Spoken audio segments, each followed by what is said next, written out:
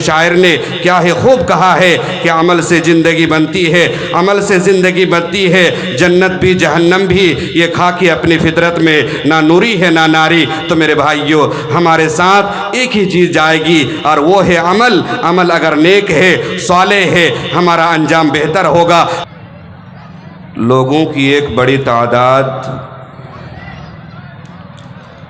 چائے کی دکانوں میں ہے، وہ بازار کی زینت بنے ہوئے ہیں، اور ایک چھوٹی سی تعداد جو شامیانہ کے نیچے موجود ہے، قرآن و حدیث کی باتیں سننے کے لیے جمع ہوئے ہیں۔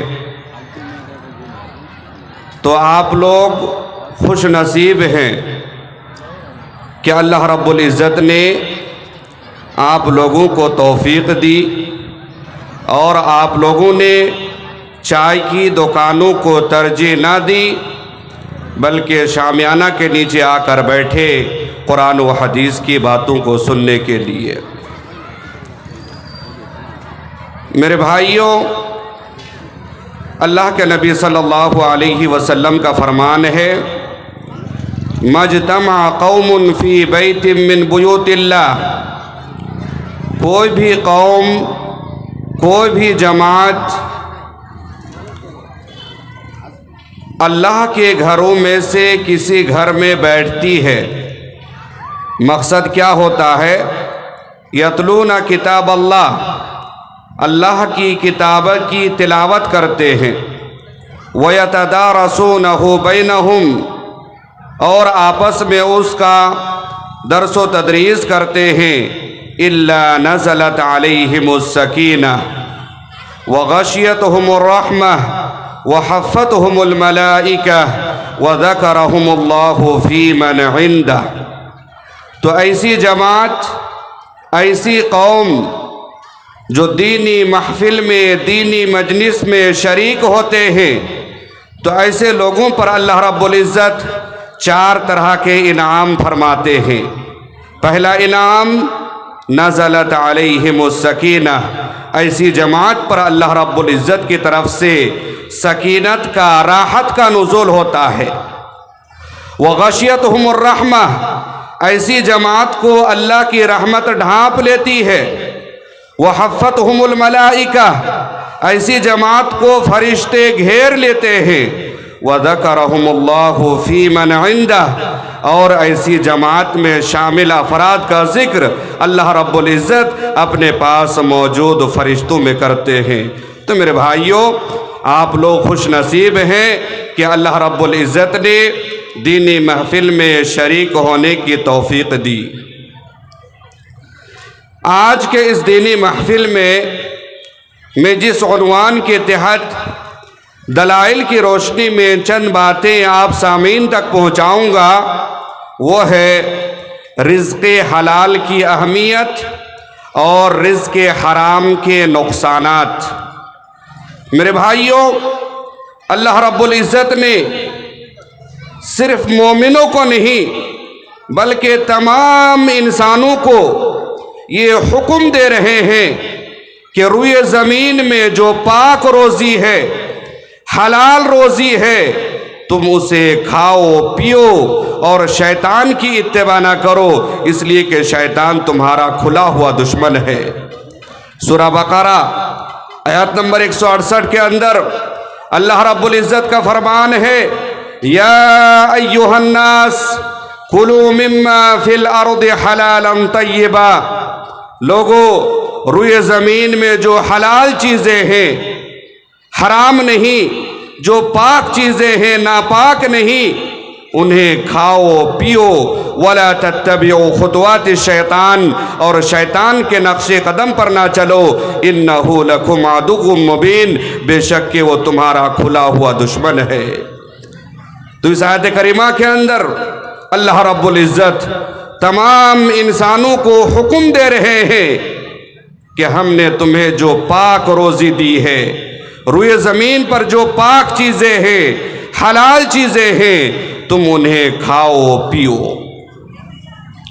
اب آئیے ہم دیکھتے ہیں کہ حرام روزی کے نقصانات کیا ہے۔ میرے بھائیوں، پہلا نقصان، حرام کھانے والے کی دعا قبول نہیں ہوتی ہے۔ مسلم شریف کی روایت ہے، سنن ترمذی کی روایت ہے، اللہ کے نبی صلی اللہ علیہ وسلم فرماتے ہیں، ایھا الناس، اے لوگو، ان اللہ طیب ولا یقبل الا طیب، اللہ رب العزت پاک ہے، لہذا اللہ رب العزت پاک مال ہی کو قبول کرتے ہیں۔ وَإِنَّ اللَّهَ أَمَرَ الْمُؤْمِنِينَ بِمَا أَمَرَ بِهِ الْمُرْسَلِينَ، اللہ رب العزت نے مومنوں کو وہی حکم دیا ہے جو حکم انبیاء و رسول کو دیے تھے۔ چنانچہ اللہ رب العزت کا فرمان ہے، یا ایھا الرسل کلوا من الطیبات واعملوا صالحا، رسولوں کی جماعت، تم حلال اور پاک روزی کھاؤ، واعملوا صالحا، اور زیادہ سے زیادہ نیک عمل کرو، انی بما تعملون علیم، بے شک کہ تم جو کچھ کرتے ہو مجھے اس کا علم ہے۔ مزید اللہ رب العزت مومنوں کو خطاب کرتے ہوئے فرماتے ہیں، یا ایھا الذین آمنوا کلوا من طیبات ما رزقناکم، مومنو، ہم نے تمہیں جو پاک روزی دے رکھی ہے تم اس میں سے کھاؤ۔ تو اللہ رب العزت رسولوں کی جماعت کو جو حکم دے رہے ہیں کہ تم پاکیزہ روزی کھاؤ، حلال روزی کھاؤ، وہی حکم اللہ رب العزت مومنوں کو بھی دے رہے ہیں کہ تم حلال روزی کھاؤ، پاک روزی کھاؤ۔ پھر آگے اللہ کے نبی صلی اللہ علیہ وسلم ایک ایسے آدمی کا ذکر کرتے ہیں، یطیل السفر، جو لمبا سفر کرتے ہیں، طویل سفر کرتے ہیں، اشعث اغبرا، اور اس آدمی پر سفر کے آثار ظاہر ہوتے ہیں، اس کے حال پراگندہ ہوتے ہیں، وہ پریشان حال ہوتے ہیں، غبار آلود ہوتے ہیں، اور وہ آدمی کہتا ہے، یا ربی یا ربی، اللہ رب العزت سے دعا کرتے ہیں، یہ ہمارے رب، یہ ہمارے رب، اور اس آدمی کی حالت یہ ہے کہ مطعمہ حرام، اس کا کھانا حرام ہے، ومشربہ حرام، اس کا پینا حرام ہے، وملبسہ حرام، اس کا لباس حرام ہے، وغذی بالحرام، اس کی پرورش حرام روزی سے ہوئی ہے، وہ پلا بڑھا ہے حرام روزی سے، اس کے جسم میں جو خون دوڑ رہا ہے وہ حلال روزی کا نہیں بلکہ حرام روزی کا ہے۔ فَأَنَّا يُسْتَجَابُ لِذَلِكَ، اللہ کے نبی صلی اللہ علیہ وسلم آگے فرماتے ہیں کہ آج آدمی کی حالت یہ ہے کہ اس کا کھانا حرام، اس کا پینا حرام، اس کا لباس حرام، اس کی پرورش حرام، اس آدمی کی دعا کیسے قبول ہو سکتی ہے؟ اللہ اکبر، یہ سب سے بڑا نقصان ہے۔ آج میں آپ کے سامنے جتنے نقصانات ذکر کروں گا ان نقصانوں میں سب سے بڑا نقصان یہ ہے کہ حرام کھانے والے کی دعا قبول نہیں ہوتی ہے۔ میرے بھائیوں، مومن کا سب سے بڑا ہتھیار دعا ہے۔ اللہ کے نبی صلی اللہ علیہ وسلم فرماتے ہیں، الدعاء هو العبادہ، دعا ہی عبادت ہے۔ اگر آپ کی دعا قبول نہ ہو، آپ کی عبادت قبول نہ ہو حرام غذا کی وجہ سے، تو میرے بھائیوں یہ بہت بڑی بد نصیبی کی بات ہوگی اور یہ بہت بڑا عذاب الہی ہوگا آپ پر۔